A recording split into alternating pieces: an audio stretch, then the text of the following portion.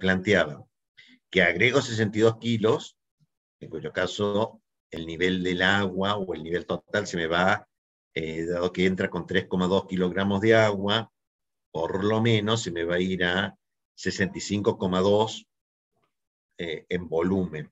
¿Sí? Yo aceptaba cualquiera de los dos criterios. Tal vez eso no me afectaba mucho el resultado. En el agregado, o sea, si yo grafico esto del n de equilibrio, que al mismo tiempo es el valor de n, en función de C sobre A más C de soluto, yo agrego alimentación de esta composición inicial, de esta X0, que es 1,6 kilogramos de detergente por cada kilogramo de agua, y lo pongo en contacto con agua pura.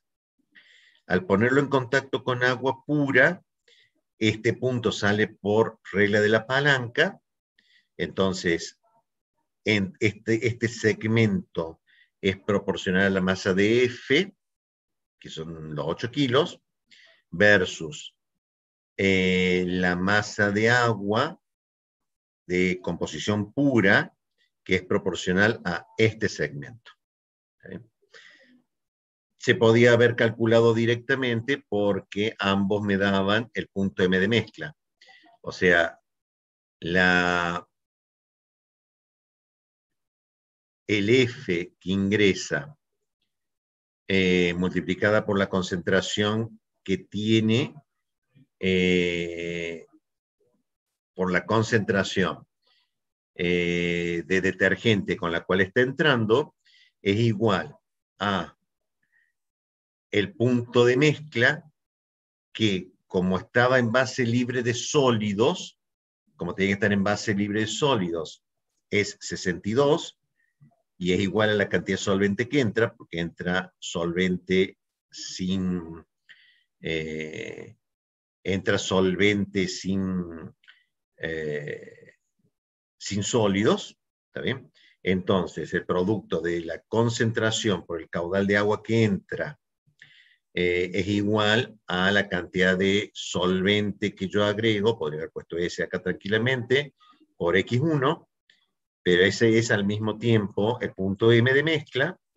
Entonces, la composición del nuevo punto de equilibrio es simplemente la masa de soluto que ingresa dividido la masa de solvente que yo le estoy agregando, y eso me da la concentración de detergente en el nuevo, en la primer carga de enjuague. O sea, desde química analítica ustedes lo saben, o sea, yo agrego, tenía trapo con 3,2 kilogramos de agua que tenía una concentración de detergente. Ahora lo diluyo en 62 kilogramos de agua. ¿Sí? El resultado es este punto, que era el mismo de haber trazado este punto con este punto y llegar a 0. Las composiciones del extracto y el refinado son las composiciones del extracto y el refinado, y las dos son las mismas, porque ambos, o sea, las líneas de unión aquí son verticales. La corriente pobre en sólidos y la corriente rica en sólidos tiene que tener la misma composición. Una vez que yo determino eso, quiere decir que el X1 que tengo acá es la nueva alimentación de la siguiente etapa, porque esto es múltiple etapa en corriente cruzada. La cantidad de detergente que entra ahora con esta nueva concentración, dividido la masa de solvente, con lo cual lo diluyo, me vuelve a dar una dilución, me vuelve a operar este punto contra este punto y me da la nueva concentración de detergente, que nuevamente es vertical. Eso significa que comparado a la concentración que yo tenía inicialmente, o sea, la nueva concentración, dividido la concentración inicial con la cual yo venía trabajando, queda un 5% de la cantidad de detergente luego de la segunda operación de lavado, la segunda operación de enjuague. ¿Sí? Y si por algún motivo yo no podía centrifugar hasta 0,4, si no centrifugaba hasta 1, entonces todas las curvas se me desplazan, porque ahora entra más agua, me cambian todo, se me desplazan todas las curvas, entonces ahora mi factor de recuperación es que yo recupero después de 2 enjuagues, solamente me queda el 12% de detergente final versus el 5%, o sea, yo recuperaba o extraía hasta el 5% de detergente con 2 enjuagues si centrifugaba. Si yo no centrifugo, la cantidad de detergente que me queda todavía es el 12% de la cantidad de detergente que yo puse inicialmente. Acá lo que hay que identificar es qué es lo que era A, qué es lo que era B, qué es lo que era C y qué es lo que era N. Eso era todo. ¿Preguntas?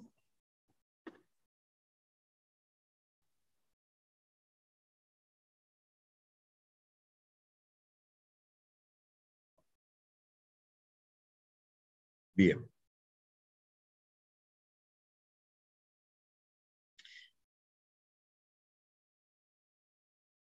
¿Preguntas de aire húmedo? ¿De torre de enfriamiento?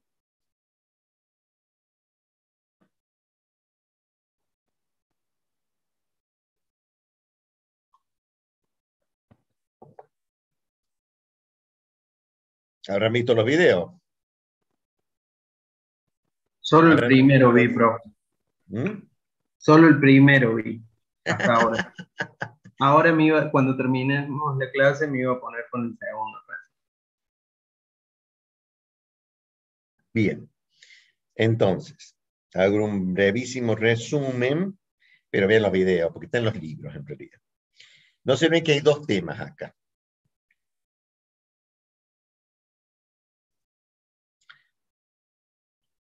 Uno es aire húmedo, el otro es las dos operaciones unitarias basadas en el concepto de aire húmedo, que son humidificación, torre de enfriamiento y secado. O sea, en realidad, humidificación y aire húmedo, humidificación, torre de enfriamiento y secado son las dos operaciones unitarias que hacen uso de aire húmedo.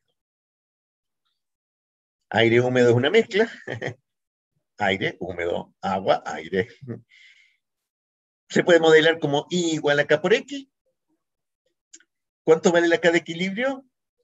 No, no me la respondan. Esto tiene que ser un modelo FIFI porque es un lío, baja concentración, aunque podría haber sido un gamma phi. Lo que pasa es que el agua está pura, es un lío. El agua, si está líquida, está pura. Sin embargo, es un diagrama raro porque involucra un equilibrio líquido-vapor. El equilibrio líquido-vapor es de agua pura con agua en una mezcla. No es raro, es simplemente porque el aire, oxígeno, nitrógeno, prácticamente no se disuelve en agua. ¿Está bien? Sí, sí se disuelve, pero sus concentraciones son del 10 a la menos 6, 10 a la menos 8, la solubilidad, o sea, se desprecia. Por ser un sistema de esas características, es que tiene este tratamiento característico. Y tiene este tratamiento de que este diagrama que vamos a hacer para las mezclas que involucren aire,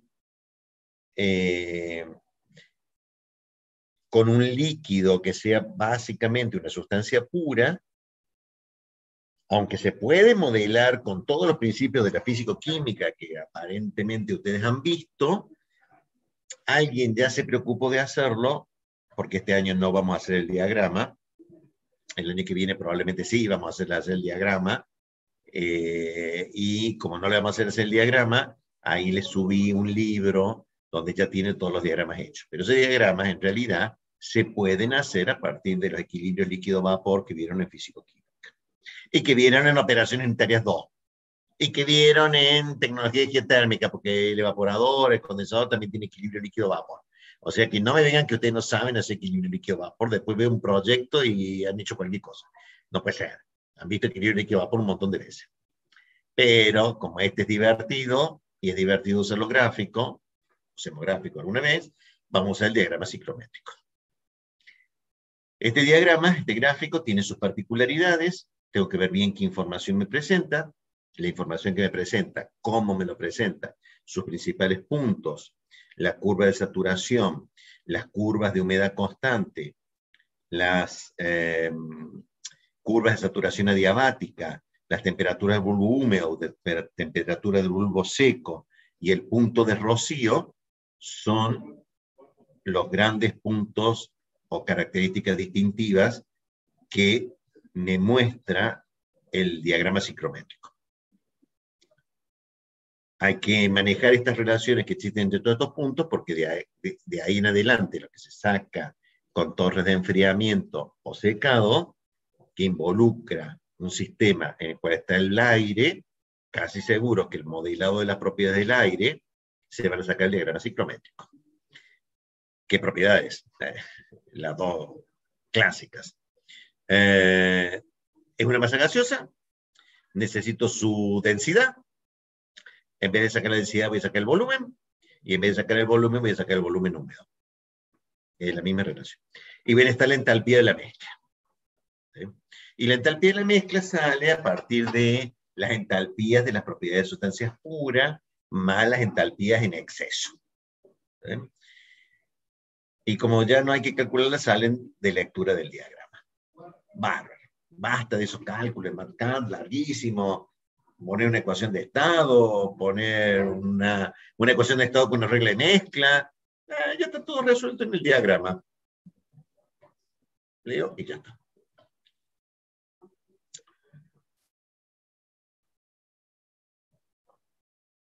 Con esa característica que tiene la mezcla, el sistema aire-agua, en fase gaseosa, vemos una operación de transferencia de masa llamada torre de enfriamiento, que la han visto desde tiempos inmemoriales, porque la han visto en integración 2, la han visto en integración 3, la han visto en tecnología de energía térmica, y ahora la ven en operación de interés 2.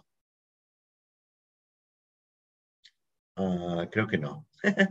Porque creo que en una amable intercambio de opiniones que tuvo el ingeniero Cervetti con el ingeniero Coetzee, llegaron a un acuerdo, como siempre llegamos a un acuerdo, y lo que antes daba en tecnología de energía térmica el ingeniero Coetzee, ahora se da en operaciones 2, que es torres de enfriamiento. Es muy discutible, siempre fue una discusión áspera entre las dos cátedras, porque es una transferencia de energía con una transferencia de masa. Entonces, ¿cómo quieren ver el vaso? ¿Lo quieren ver medio vacío? Es transferencia de masa, operaciones 2. ¿Lo quieren ver medio lleno? Son optimistas, es tecnología de energía térmica, porque hay una transferencia de calor. Innegable. ¿También? Porque para eso sirve un torre de enfriamiento, sirve para enfriar una corriente de agua, por contacto directo. Bueno. Ganó el ingeniero Coetzee, está en operaciones 2. Como toda operación, tiene un aspecto teórico, un aspecto práctico y un aspecto de equipos. Lamentablemente esta vez tuvimos que invertir el orden. Tenemos que hablar primero de los equipos, porque el desarrollo posterior, aunque el desarrollo teórico es muy simple, para poder explicar el desarrollo teórico tenemos que explicar cómo son los equipos.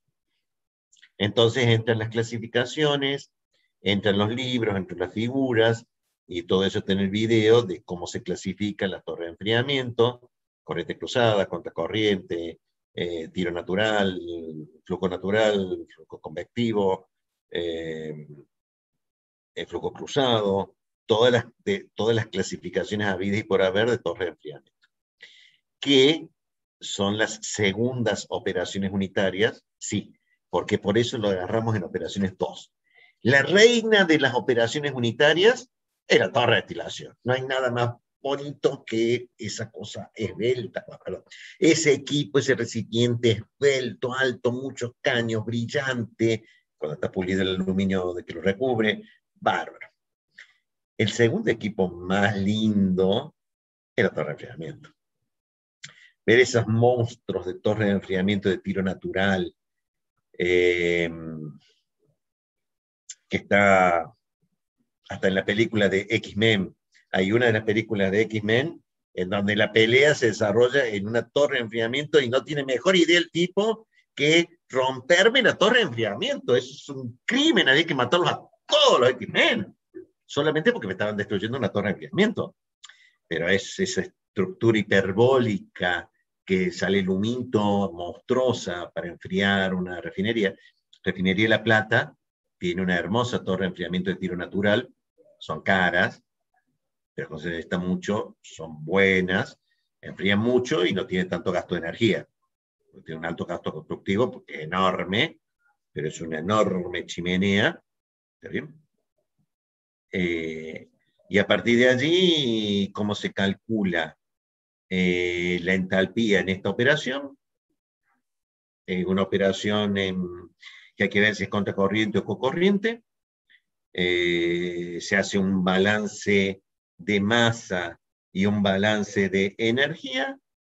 Tiene unas particularidades porque hay una hipótesis que está planteada en el video, como lo plantean todos los libros, para poder llegar a un valor promedio de transferencia de masa y transferencia de energía a lo largo de la torre, porque si no hay un cálculo de ecuaciones diferenciales que hay consenso en general en el ámbito científico que no vale la pena hacer un cálculo mucho más preciso porque estas son bastante a ojo, no tanto, los principios fundamentales de diseño son los que están planteados en el video.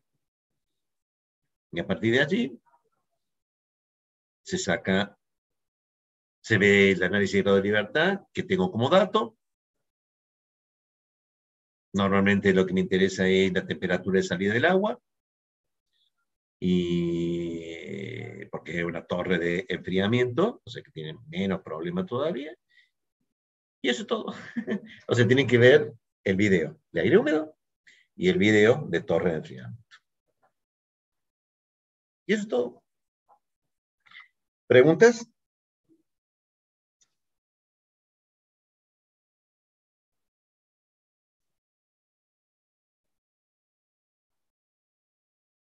Hice un resumen. Está en los libros. No muerden. Ningún libro muerde. ¿Preguntas?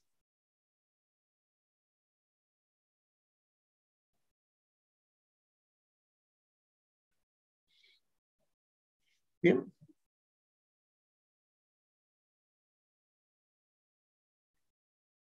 Necesito que me pregunten. Si Queda no, ver el video, profe. Queda terminar de ver los videos. Bien, bueno. Tengo una duda. Hey. Escuché, bueno.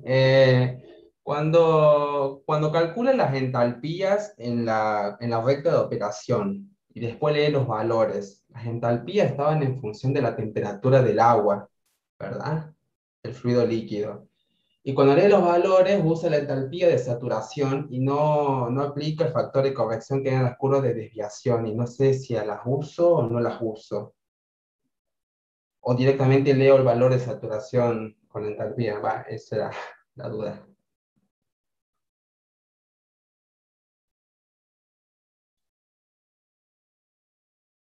Bien. Lo que Facundo se está refiriendo, para que el resto entienda un poco, es que tiene una particularidad. El cálculo, que lo van a ver cuando vean los balances de masa y energía en la torre de enfriamiento.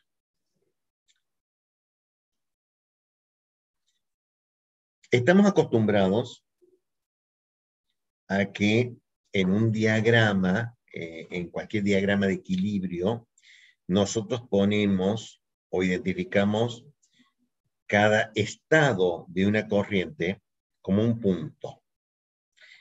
Recién estaba explicando la extracción líquido-líquido y yo decía, el extracto tiene esta concentración de ácido acético y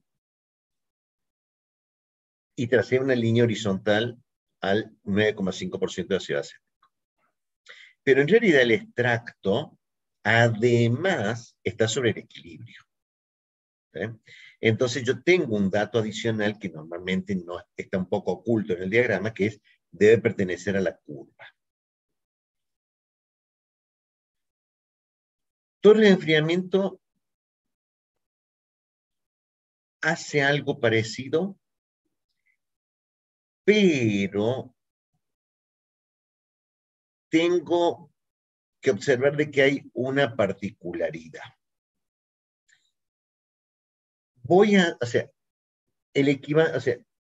Nosotros hicimos líquido-líquido volcando en el diagrama triangular los datos de alimentación, solvente, extracto, refinado, tiro delta R, tiro la línea de operación, pasan por delta R, empiezo a trazar el equilibrio, etc. Pero cuando yo vuelco el diagrama de las 4 corrientes que yo tengo dentro de la torre de enfriamiento, el diagrama ciclométrico es sumamente interesante y es lo que lo vuelve divertido, en el sentido de que me da una enorme cantidad de información. Los dos ejes principales son temperatura y humedad. Entendiendo humedad como la entendemos humedad desde tiempos inmemoriales, o sea, masa de agua sobre masa de algo seco. ¿Está bien? Sólido seco, aire seco, o sea, las humedades es siempre masa de agua dividido algo seco. Y ese diagrama está orientado en base a 2 ejes que son el temperatura-humedad. Pero hay otro diagrama superpuesto, que es el de las entalpías en función de la humedad. Y ese diagrama superpuesto hace que yo tenga por lo menos, porque tengo un tercero, 2 diagramas en el mismo. O sea, es como imaginarme que en el diagrama ternario que nosotros hemos visto, tengo el del equilibrio líquido-líquido, que es lo que yo estoy viendo, y le hubiera superpuesto sobre ese mismo diagrama el diagrama de entalpía en función de temperatura. Desde ya me estoy imaginando que debo tener 2 millones de curvas. O volviendo a nuestra historia original, si ustedes se acuerdan, equilibrio líquido, vapor de ternarios, eran 2 superficies en un triangular y se llenaba de curvas que yo nunca entendí cuál era el curva líquido, cuál era el curva de vapor. O sea que yo al ternario también lo puedo complicar cuando yo superpongo curvas. Claro, el ternario era solamente composición, temperatura constante. Si yo lo hubiera superpuesto entalpía, se me hace un lío. El ciclométrico superpuso entalpías. O sea que son 2, por lo menos son 2 diagramas en uno. El de entalpía y el de las humedades. Pero para interpretar las entalpías,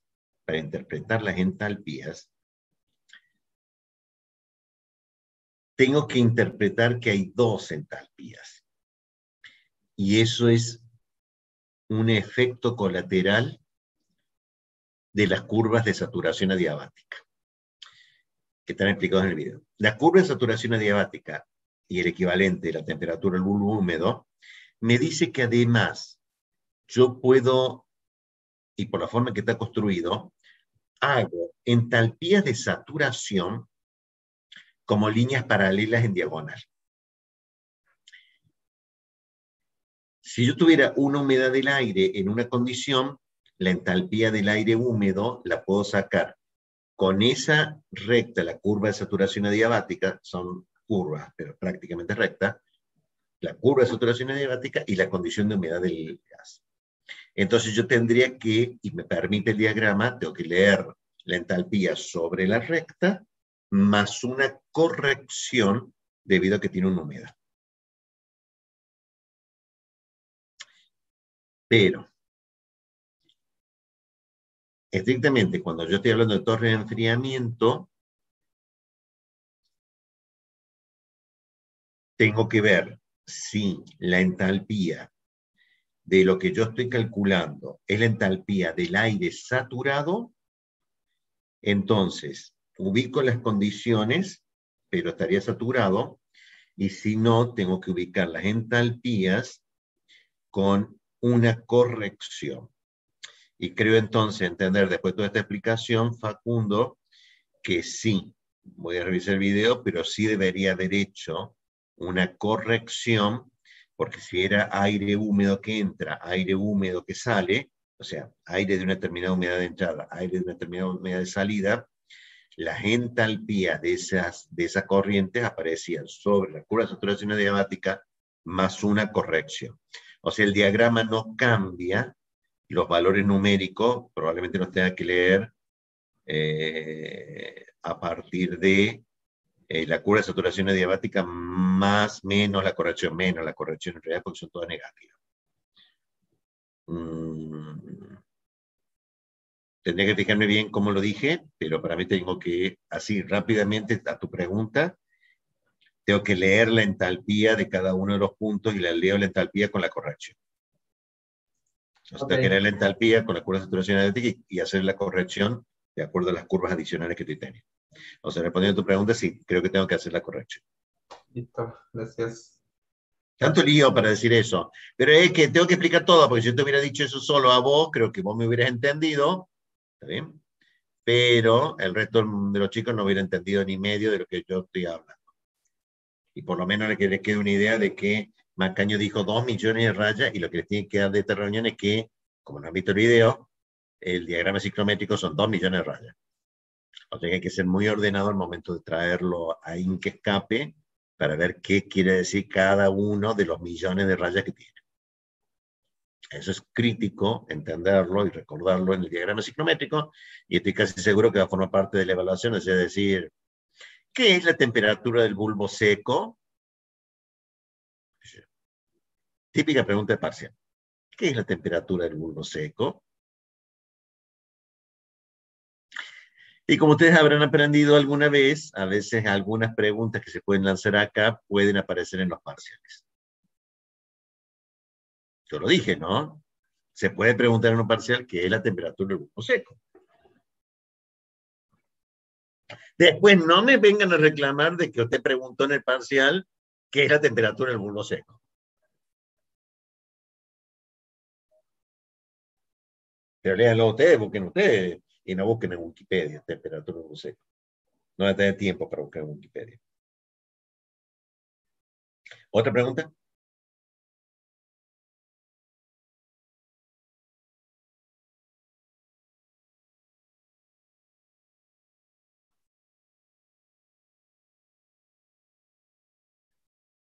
¿Otra pregunta?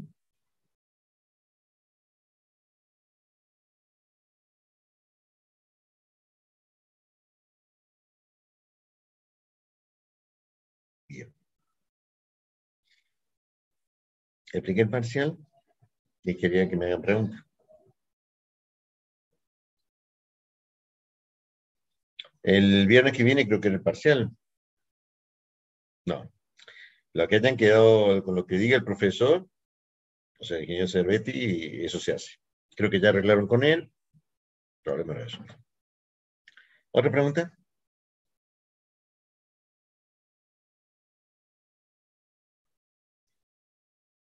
Bien. Ya no tenemos más preguntas. Vayan a ver los videos, diría yo. O sea, no tomen una cerveza esta noche, vean los videos esta noche. Ahora. Estamos entonces. Vean los videos. Chao, profe. Estamos, Chao, profe, nos vemos. nos vemos. Chao, profe. Chao, profe, nos vemos.